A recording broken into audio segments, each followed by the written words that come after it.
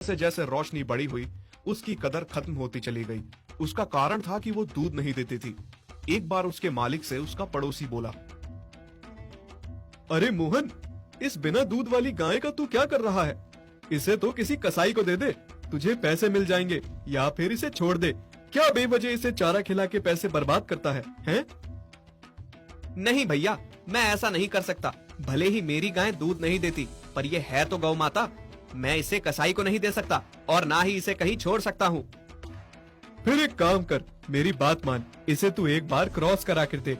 बच्चा हो जाएगा तो क्या पता दूध आना शुरू हो जाए। हाँ भाई, मैंने कई बार कराया है, लेकिन हर बार खाली निकल जाती है।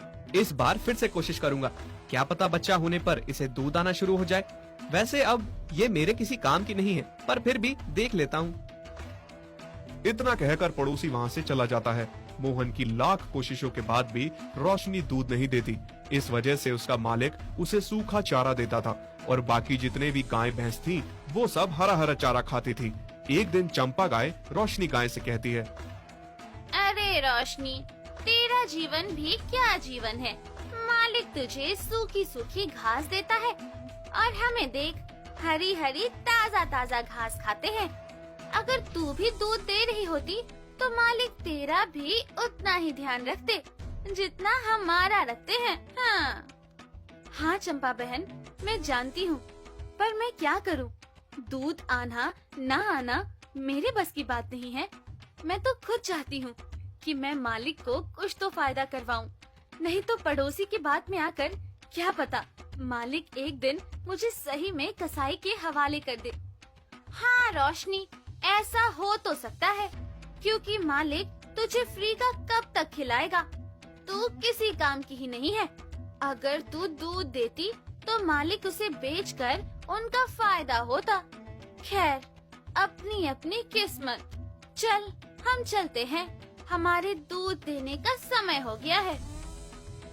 चंपा की बातें सुनकर रोशनी बहुत दुखी हो जाती है।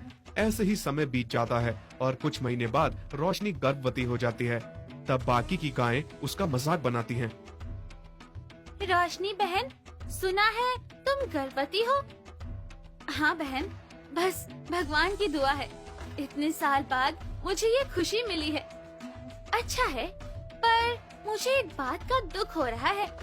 जब तुम्हारा बच्चा होगा तुम उसे दूध कैसे पिलाओगी? तुम तो बिना दूध वाली गाय हो, तुम्हारा बच्चा तो भूख से मर जाएगा। शुभ शुभ बोलो बहन, खुद भी तुम माँ हो और ऐसी बातें कर रही हो। मेरे लिए दुआ करो कि जब मेरा बच्चा हो तब मैं भी दूध देने लग जाऊं। तभी वहाँ चंपा गाय आती है। हाँ, अगर ऐसा हुआ तो तुम्हारे लिए अच्छा होगा, पर बहन अगर ऐसा नहीं हुआ तो मैं तेरे बच्चे को दूध पिला दूंगी, पर फिर वो हमेशा के लिए मेरा हो जाएगा। तुम्हें तो पता ही है, मेरा बच्चा जन्म लेते ही मर गया था, तो मुझे भी एक बच्चा चाहिए जो मुझे माँ बोले। रोशनी गाय चंपा को कुछ नहीं बोलती और कुछ समय बाद वो एक बछड़े को जन्म देती है। सबको यही उम्मीद थी कि अब रोशनी दूध देने लगेगी, तो मालिक बोलता है, अब तो मेरी गाय के बछड़ा हो गया, हो सकता है अब ये दूध देने लगे।